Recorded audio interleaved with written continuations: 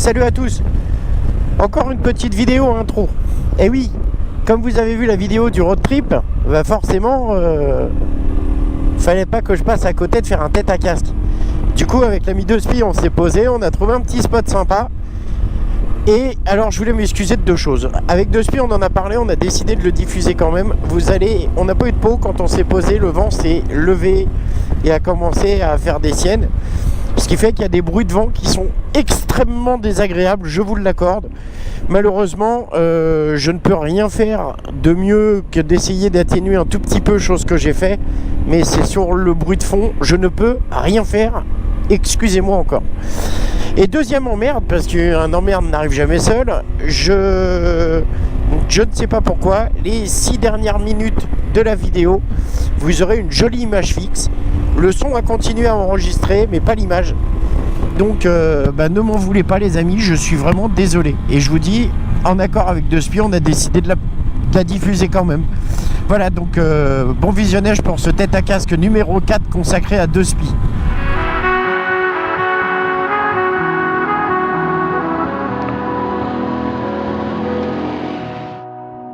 Je suis venu de la région parisienne pour venir dans la région de Caen. Je suis un dingue. Eh ouais, mais c'est comme ça, qu'est-ce que vous voulez, quand on aime, on compte pas. Pour rencontrer mon pote De Spi. Alors De Spi, vite fait, en 2 mots pour moi, qui c'est l'un des premiers youtubeurs que j'ai liké et que j'ai aimé par son état d'esprit, par sa façon de voir les choses, sa façon d'aborder la moto, sans pour autant être moralisateur. Chacun fait ce qu'il veut après. C'est ça. C'est le truc. Maintenant, le message, on essaye de faire passer un message. On l'écoute, on ne l'écoute pas. Mais bon, c'est comme ça. Et aujourd'hui, tête à casque numéro 4. Après Romain, Katia, Philippe, De Spi. Et j'ai un autre 4-4 en plus parce qu'il vient d'en acquérir un. Allez, 4. Oh, elle est bonne. De Spi, bienvenue à toi. Merci beaucoup de m'accorder ce moment. En 2 mots, présente-toi. Alors déjà, avant de me présenter, je voulais te remercier parce que tu as fait le trajet et franchement c'est super sympa parce que tu te déplaces pour moi et ça me fait super plaisir. Ah bah c'était... On vous laisse rencontrer. Donc, je voulais te le dire, voilà. Parce que moi en ce moment je peux pas rouler beaucoup plus qu'1h30, c'est un peu compliqué avec mon dos. Donc tu as fait... Je vais pas dire que tu as fait l'effort, parce que c'est pas un effort, j'en suis certain. Non, c'est un plaisir. Mais tu l'as fait. Mais je l'ai fait. Just do it, mec. Just do it. Alors je me présente, donc je suis De Spi 999 DSPE 9 motovlog. J'ai une chaîne YouTube depuis un peu plus de 2 ans. Comme tu l'as dit, plutôt axé vers l'esprit motard, ride safe et humain, avec tout ce que ça peut vouloir dire, ou pas, en fonction de certaines personnes. Voilà, sinon je suis éducateur spécialisé de métier, auprès de jeunes en difficulté, on va dire. Voilà. Et puis je suis motard depuis quelques années, depuis même beaucoup d'années, parce que j'étais en 125 au tout début. Et j'ai eu quelques motos, on en parlera peut-être après, je sais pas. Ouais, on va y venir. Le sujet va être abordé, tu passeras pas. Tu peux pas passer au travers, mon pauvre. Qu'est-ce que je peux dire de plus pour le moment? Ravi de faire partie de cet univers des motards et en partie des motovlogueurs. De notre YouTube game à nous. On va dire. Voilà, parce qu'il y a 2 écoles. Plusieurs écoles. Ouais, il y en a même plusieurs. On va commencer un petit peu. On va être frontal tout de suite et puis on ira plus vers la légèreté après. Parce qu'il y a 230 kilos à nous deux là. Ouais, je pense que c'est posé. On rigole même pas, on est là. Qu'est-ce qui... On va être resté poli parce que on va pas choquer les chastes oreilles. Qu'est-ce qui t'exaspère le plus que ça soit, on va dire, sur la route comme dans le... Qu'est-ce qui t'exaspère le plus en tant que motard? En tant que motard ou motovlogueur? En tant que motard, j'ai envie de dire, avant d'être motovlogueur, t'es motard. Alors en tant que motard, c'est l'irrespect, la non-attention, la non-bienveillance de beaucoup d'usagers, qu'ils soient motards, automobilistes, chauffeurs de poids lourds, tout ce qu'on veut. Cyclistes, piétons et tout. Voilà. On est dans une société, comme je le dis souvent, individualiste, nombriliste, égoïste. On est chacun dans sa petite cellule et on ne fait pas attention à l'autre. Alors évidemment, nous qui manquons de carrosserie, qui sommes très très fragiles, on le paye bien plus. Mais voilà, je trouve qu'il y a aussi beaucoup de motards qui ne font pas attention à d'autres motards ou d'autres automobilistes. Attention. Tout à fait. Et ce que je trouve dommage, c'est que, voilà, comme je dis souvent, la route appartient à tout le monde, mais elle est pour tout le monde, mais elle n'appartient à personne. Et à partir de ce moment-là, pour moi, c'est un vecteur de, comment je pourrais dire, un vecteur de trajectoire, un vecteur de transport. Et c'est dommage que quand on essaye d'aller d'un point A à un point B, qu'on puisse risquer sa vie, tout simplement. Je devrais essayer d'utiliser ce moyen qu'on a de se déplacer ensemble. En tout cas, en se respectant et en faisant attention à l'autre. C'est ça. Voilà. Et c'est là où tu parlais de moralisme, de morale, faire la morale, être moralisateur. C'est vraiment pas ça, c'est avoir l'envie de prendre soin de l'autre, de prendre soin de soi déjà, parce que c'est très important, pour prendre soin de l'autre aussi. Ouais, surtout en moto, on ne peut pas se permettre d'être égoïste. C'est pas possible. Il y en a qui le font malheureusement. Malheureusement, et c'est un peu l'image qu'on essaie de véhiculer au travers de nos chaînes. Et il n'y a pas que nous, hein. Non, fort heureusement, on est beaucoup à penser ça. Et ça, c'est plutôt cool. Mais bon, ça c'est un petit peu le côté sérieux du truc. Après, vous allez voir, on va se détendre. Ta plus grosse passion en moto, ton meilleur souvenir en moto. Alors,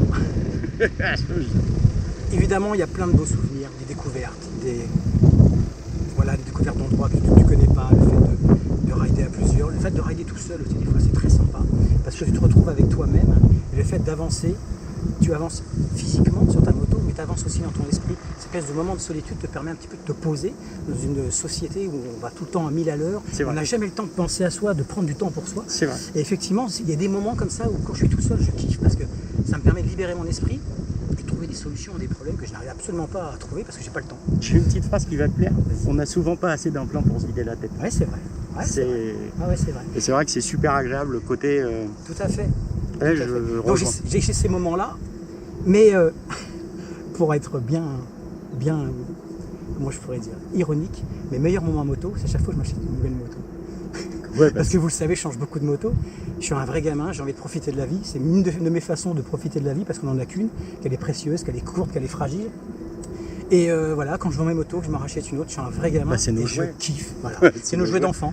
C'est la découverte. Voilà, il faut être sérieux, mais à chaque fois que j'ai une nouvelle moto, que du bonheur. Je suis un vrai gamin et ça, c'est des putains de moments. Ah bah tu m'étonnes. Voilà. C'est le plaisir de redécouvrir à chaque fois. Malgré que parfois on doit quand même avoir des petits pincements au cœur. C'est vrai, c'est vrai. Surtout quand tu balances une musique un peu triste quand tu vends une moto, tu arrives à chialer dans ta propre vidéo. Quand j'avais vendu le ZRX 1200, le Kawa, ça m'avait fait ça. Horrible. Et même mes enfants regardent la vidéo, ils chialaient. Bon, bref. Ouais, moi là par contre, je me suis posé. Ça fait presque 1 an que j'ai les 2 mêmes motos. Je sais pas ce qui m'arrive. On verra bien.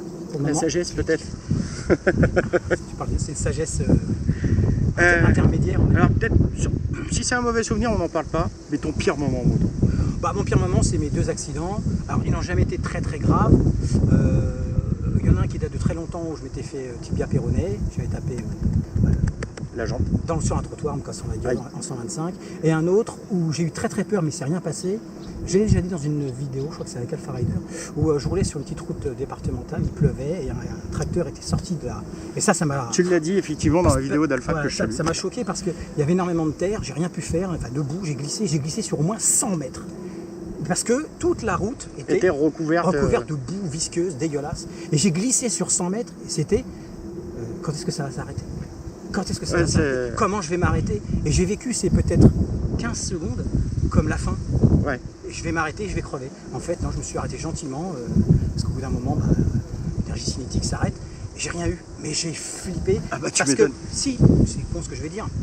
Tu t'emplafonnes un mur, t'es mort sur le coup. Tu t'emplafonnes une bagnole, tu peux être mort sur le coup. Mais là, j'ai eu le temps de comprendre 15 secondes et j'ai vu des images. Quand on dit qu'on voit la mort arriver et qu'on voit plein d'images de sa vie, j'ai vu mes enfants, j'ai vu quand j'avais 15 ans, j'ai vu plein de choses. Et j'ai vraiment cru que au terme de toutes ces images qui résumaient ma vie, ça allait s'arrêter. Et là, c'était un moment très difficile, mais il ne s'est rien passé. Tant mieux. Merci. Le roi de la boue. Le dieu de la boue. D'ailleurs, à ce propos-là, il pareil, pour ceux qui habitent en campagne et tout ça, ceux qui chutent, vous savez qu'il y a une loi française qui impose les agriculteurs de nettoyer leur route quand ils le font. Et il existe des outils agricoles pour faire ça. Donc, messieurs les agriculteurs, on ne vous jette pas la pierre, simplement que le travail que vous faites est formidable parce que vous remplissez nos assiettes, mais ça serait bien que vous les continuiez à les remplir longtemps parce que ça peut s'écourter. Voilà, petit message à caractère informatif. Les motos, t'en as eu pas mal. Oui, et que tu l'aies eu ou non, la moto de terre. Alors, de tes rêves, forcément tu ne l'as pas eu. Mais Alors, je vais quand même être très pragmatique. Avec le VMAX, là, j'ai réalisé un rêve. Parce que... moto légendaire. Ouais, parce que c'est une moto légendaire, qu'elle est extraordinaire, en 2 mots. Ouais. Parce qu'elle ressemble à aucune des autres. Et qu'elle me correspond, parce qu'elle est vivante, parce qu'elle a une histoire, parce que j'aime les choses différentes, j'aime les choses originales, j'aime les choses de caractère, charismatique. Et elle me correspond tellement, cette bécane. J'aime les bécanes avec un gros moteur. Ouais. Alors, c'est pas parce que j'ai une petite bite, hein, j'ai une énorme bite monstrueuse. Désolé les Non, enfants. pas- Une on me bite coupe pas la bite. Une bite d'amarrage, c'est Voilà. pour les bateaux. Tu ne couperas pas ma bite au montage. S'il te plaît. Non mais voilà, je me sens, c'est con, mais je me sens en sécurité avec une bonne grosse bécane. Ouais, qui a- non, qui fait du bruit, qu'on entend parce que le bruit c'est la vie. Non, et puis moi pour rouler en 125, je sais que des fois quand on enroule et qu'il se passe rien, c'est Exactement. très très angoissant. Exactement. Donc du coup, ce VMAX, je le kiffe bien. Après, évidemment, comme je te l'ai dit en aparté, Ouais. Indian, Harley Davidson, c'est des motos mythiques. Alors pas que parce que c'est la marque, mais c'est parce Ouais. qu'il y a quand même un style, il y a un bruit, il y a une identité qui fait... Voilà, Il y a une histoire j'aime aussi beaucoup. derrière. Donc on verra bien.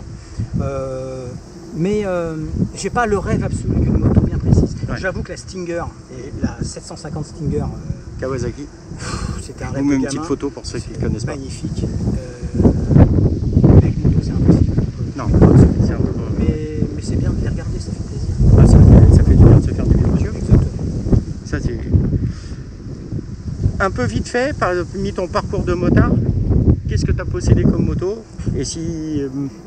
Bon, tu vas sur internet, tu tapes moto image, tu les auras toutes. Non, je déconne. Qu'est-ce que j'ai possédé comme moto? Alors ma première, j'ai eu des 125 évidemment. Ah, ma première moto c'était une 125 SR Yamaha, Ouais. incroyable, c'était génial. le petit custom de Ça chez roulait à 100 à tout casser, mais c'était super sympa. J'ai eu une Varadero comme toi, une plus vieille, orange cuivré un peu, trop sympa, très sympa. Une carbu. Voilà, j'ai eu des super motards, voilà, en 125. Bon, je vais faire le tour parce que j'arrête parce que sinon on a pour longtemps. Et sinon, ma première moto gros cube, c'était une 600 Renette. Et moi, je faisais partie des gens qui, quand on avait plus de 24 ans, pouvaient avoir le permis A directement. Donc, j'ai eu accès à tout ce que je voulais. Donc, j'ai eu 600 Renette. Après, je suis passé sur des sportives. J'ai eu GSXR 750, j'ai eu ZZR 1100, j'ai eu la CBR 1100 XX Super Blackbird, avec laquelle j'ai fait des petites bêtises contrôlées, contextualisées. Voilà. Bon, Pour maintenant, être... D'ailleurs, il y a un backstory sur cette machine qui arrive pour casser une légende. Vous en saurez Oui. plus, suivez-là. je crois savoir. Et puis voilà, j'ai eu ZR7, j'ai eu ZRX 1200, j'ai eu XJR 1300, j'ai eu quelques cafés racer. Le problème c'est que la position pour le dos c'est un peu compliqué. Et changer le guidon sur un café racer, Plus ça d'intérêt. tue la philosophie. Plus d'intérêt. Ça tue la philosophie du café. Qu'est-ce que j'ai eu? Ça tue l'arôme du café. L'arôme du café, pas mal. La rhum. L'arôme du La café. rhum. J'ai eu 1200 bandits. Voilà, j'ai eu beaucoup de motos. T'as J'avais pas, de envie de marque, tester t'as plein pas de de choses. marque de prédilection? Non, parce que je m'intéresse plus à une moto qu'à sa propre marque ou sa propre histoire. C'est comme un peu, si on me demande qu'est-ce que tu aimes comme style musical, je vais pas dire j'aime le rap ou j'aime la musique classique. J'aime ce que j'aime. T'es hétéroclite. Et si c'est dans n'importe quel genre, bah c'est n'importe quel genre, on s'en fout. On J'aime est- ce que j'aime, point. Voilà. Voilà. Je peux C'est- aimer autant un beau morceau de musique classique, un morceau de rap. Je suis très hard rock, rock'n'roll, je suis batteur. Enfin j'étais batteur parce qu'en ce moment je suis plus grand chose, mais Led Zeppelin. Tenir After, Deep Purple. Oh là là, un petit peu. Que du bonheur, quoi. Alors Alors excusez si vous entendez un petit... Mais c'est le vent normand qui nous caresse légèrement les cheveux. Enfin, pas pour tout le monde. Mais J'en ai, hein. oui, Ils sont mais ils sont dedans. Petit, blanchissant. Donc ça, on a fait... ok, d'accord. L'exaspération. On va pas rentrer dans des débats...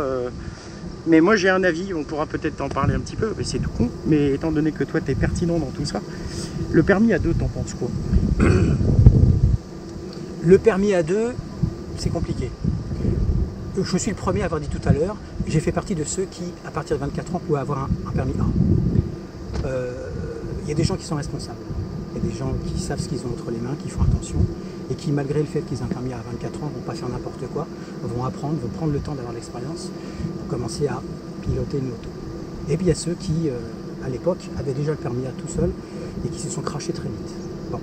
Du coup, on pourrait effectivement légitimer le permis A2, on pourrait dire, pour une fois, l'État fait quelque chose de bien, sauf que j'y mets un bémol dès lors où, à partir du permis A2, te fait repayer le permis A, sachant, enfin, c'est une passerelle, mais sachant que Ça sent un peu la pompe à fric quand même. sachant que l'examen est exactement le même. Et en plus, il faut payer pour débrider la Je moto. comprends pas trop l'intérêt. Voilà, il y a un business derrière qui me dérange un tout petit peu, mais foncièrement, je trouve ça malgré tout intelligent et responsable de ne pas donner une machine de guerre à des gamins. Moi, je prêche pour ma paroisse, mais moi qui suis dans la situation des 43 ans où je dois repasser la T'es totalité, pas un gamin. je suis pas un gamin. C'est pas pour autant. Et c'est pas pour autant. Mais est-ce que tu penses pas, par exemple, pour des anciens qui roulent depuis un moment en 125 ou faire une sorte de VAE comme en profession, ça pourrait. Moi, c'était un truc auquel j'avais pensé. J'ai attendu de te rencontrer pour en parler Ouais, je trouve que c'est et intéressant. faire une VAE parce que je pense qu'il y a des gens qui ont les compétences et qui n'ont pas besoin de repasser. Mais bon, Tout à fait. c'est son tête à casse. Non mais je suis d'accord avec toi parce que ça permettrait de valider des acquis de compétences, des acquis et de la vraie compétence Et de l'expérience. liée à ton expérience. Tout à fait. Parce que c'est l'expérience qui valide, enfin qui fait que tu as des capacités et des compétences. Et dans ce cas-là, ouais, je trouve que ça serait plutôt intéressant. Après, dans tout, il y a du business maintenant, il ne faut pas se leurrer. Et là où ils sont forts, c'est comme pour la loi des 80 km/h, c'est qu'on va instrumentaliser, on va mentir, on va te culpabiliser par rapport à ta bonne conscience citoyenne, sécuritaire ou écologique. Donc la loi va passer parce que quelque part, ils ont raison dans le fond, mais la forme, elle est plus financière. C'est ça qui c'est une certitude. C'est une certitude. On a fait un peu le tour des questions. Maintenant, je vais te laisser une courte carte blanche pour pas faire un truc trop long. C'est une carte noire, je préfère. Là, je suis... Je te laisse la carte blanche et puis le mot de la fin pour clôturer. Le mot de la cette fin, entrevue. et ben écoute, moi ce que je voulais dire, c'est que c'est bien d'être youtubeur, c'est bien d'être motovlogueur, mais on a une part de responsabilité importante parce qu'il y a plein de jeunes motards qui nous regardent, des jeunes de roue, et que, alors ça va pas être un coup de gueule, mais les motovlogueurs qui basent leur contenu sur les road rage, sur les wheelings, sur les courses-poursuites, la police, machin. Ok, c'est du sensationnalisme, c'est du voyeurisme, ça fait des vues, mais qu'est-ce que ça apporte au monde? C'est du mal placé. Ouais, et puis qu'est-ce que ça apporte au monde motard, si ce n'est que je trouve ça limite criminogène. Il y a des gamins qui peuvent, pour exemple, vouloir faire pareil et puis se tuer. Je ne nommerai personne parce que ça ne m'intéresse pas. Non, et puis on n'est pas là pour ça, mais Non, du tout. il y a trop de. Il suffit de se balader sur le net, sur YouTube, pour trouver de ça. qui on parle. C'est ça, mais ça m'intéresse pas. Et du coup, moi, ce que j'estime, c'est que, alors en plus, voilà, on a plus de 40 piges. Ouais. Moi, je vais pas faire du copier-coller des jeunes parce que je suis pas un jeune et j'aurais l'air complètement débile de faire des vidéos de gamins de 20 ans parce que c'est pas moi, parce que je suis père de famille, parce que j'ai de l'expérience, parce que j'ai connu des choses un petit peu difficiles et que je m'en sers justement pour un petit peu apporter de paix, pour prendre soin de l'autre, pour être bienveillant. Et quand je parlais de responsabilité, c'est que moi j'ai envie, et toi aussi, de toute façon, c'est pas un hasard si on se rencontre, c'est qu'on a envie de passer ce message d'humanisme. Je ne vais pas dire d'humanité parce que l'humanité est-elle humaine, je ne sais pas, mais d'humanisme et voilà, comme je le dis, hein, tu connais ma devise, la moto oui, mais la moto pour la vie, c'est pas un hasard, c'est que j'ai envie qu'on puisse profiter de cette putain de passion le plus longtemps possible. Il n'y a rien de plus con que de mourir de sa passion. Il y en a qui vont dire ouais c'est ma vie, je fais ce que je veux, mais le problème c'est que quand tu meurs, il y a des dommages collatéraux, il y a ta famille, il y a tes enfants, il y a tes parents qui vont souffrir comme c'est pas possible. Et voilà, moi ce que j'ai envie c'est que au cœur de nos vidéos, de notre chaîne, on puisse transmettre ce message de profiter, éclatez-vous, avec un minimum de raison. La folie raisonnée ou la raison folle. Cette espèce de subtil équilibre entre je m'éclate, mais je fais quand même attention à moi et aux autres. Et ça, contextuellement, on peut le faire, j'en suis persuadé. La preuve, on est encore là. Voilà, je crois que ça se résume. Il n'y a pas besoin d'aller chercher loin. Et il est vrai que Duspi, qui est plus longtemps que moi là, et moi qui suis arrivé après, plus d'autres motovlogueurs, je pense à Motovlog France que j'adore, qui est juste une tuerie dans ses analyses et qui, lui, je veux dire, c'est un motard. Je veux dire, il a compris. Tu fais le con, tu payes les conséquences. Si tu montes pas sur ta moto en ayant cette espèce de sentiment de peur de ne jamais pouvoir en descendre, c'est, je pense, le garde-fou qui te sauve et qui permet de passer la quarantaine. T'as plus peur, t'es en danger.